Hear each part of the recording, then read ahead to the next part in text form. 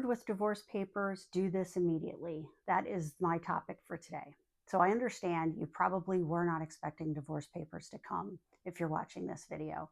So first of all, my condolences on the situation. It's definitely not going to be easy, but there are things that you can do to help make your process a little easier. So the first thing that you're going to want to do is take a look at this paperwork and find out if you have a court date that you need to be at. That's first and foremost. So you definitely don't want to overreact and start ripping up this paperwork that comes. You definitely want to make sure you take a look at it.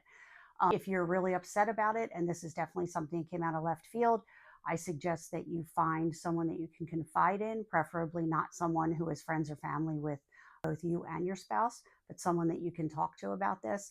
Take the paperwork to them, sit down, go through it, and try to keep a rational head when you're looking at it. Try to keep your emotions out of it. And if you can't, step away, get your emotions under control, and then take a look at it again, because this is basically the beginning of a very long process. And you definitely don't want to start out on the wrong foot.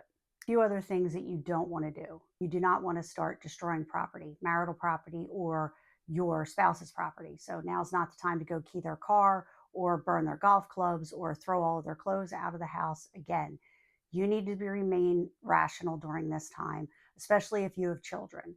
You are going to want to seem like you are on an even keel. And if you are flipping out and causing damage to things, then that doesn't make you look like a very rational person. So you definitely want to keep your emotions under control. You also don't want to start withdrawing large sums of money from your bank account, your 401k, investments that you have, or selling properties that you have, because at this point, you're about 10 steps behind your spouse. So they probably already have a good idea of what your full financial situation is, and they've probably already provided that to their attorney. So if you start withdrawing large amounts of money or making odd transactions, all of that is going to be red flags. And that's going to be things that are going to basically reflect poorly upon you during the divorce negotiations. So you definitely want to avoid doing things like that. You also do not want to rush to moving out of the marital residence. So there are some states where you are required to live separately before a separation is considered a legal separation. But a lot of states do allow you to still live in the same home, but live separately. So that's going to be an important thing that needs to be determined. So you'll have to look at your state's laws. But if you do choose to move out, you definitely need to make sure that your interests in the home are still secured and that this isn't going to look like an abandonment situation or anything like that. So you definitely want to look at the laws in your state to find out what they are regarding whether you can live together during a separation or not. So you're going to want to look at the paperwork to determine what your spouse is listing as the fault for the divorce.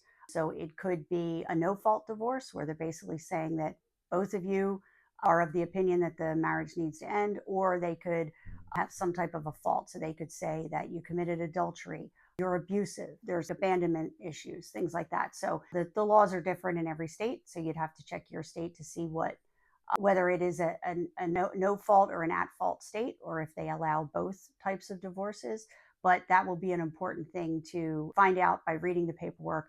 I suggest that if it is an at fault divorce, that you definitely get an attorney, because you're going to need somebody on your side to help mitigate your losses in the negotiation process if in fact you were at fault in causing the demise of the marriage.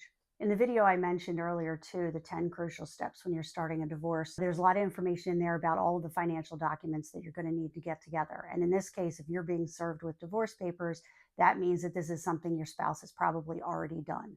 So you are going to need to do your own homework, get together all your financial information. The journal that I have a link to below, you can get a free journal where I outline all of the documents that you're going to want to collect. I give you a space for writing down all of that information, plus some trackers in case you have children for custody and daycare, and a calendar to keep track of events that you are going to for your children and things like that. So there's a lot of good information. It's a free digital copy of my workbook. So you can definitely see that link below. But you're going to want to get all this financial information together, and you're going to want to make sure that you have a full picture of your finances. So if you are able to, you need to run a credit report on both yourself and your spouse, because you need to find out if there were any accounts that were opened in your name or in your spouse's name or jointly that you are unaware of, and what the balances are on those accounts and where that money is coming from or where it's being spent.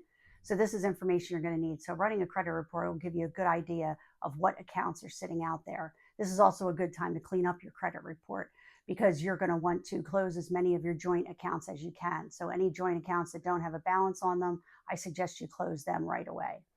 There's also information in the other video and in my workbook about changing your bank. So you want to get your own bank account, and you're going to want to have your money direct deposited into that bank account and no longer into the joint bank account. You're going to want to consider getting a PO box, potentially getting your own wireless phone account for your cell phone, your own email address. You're going to want to change all of your passwords.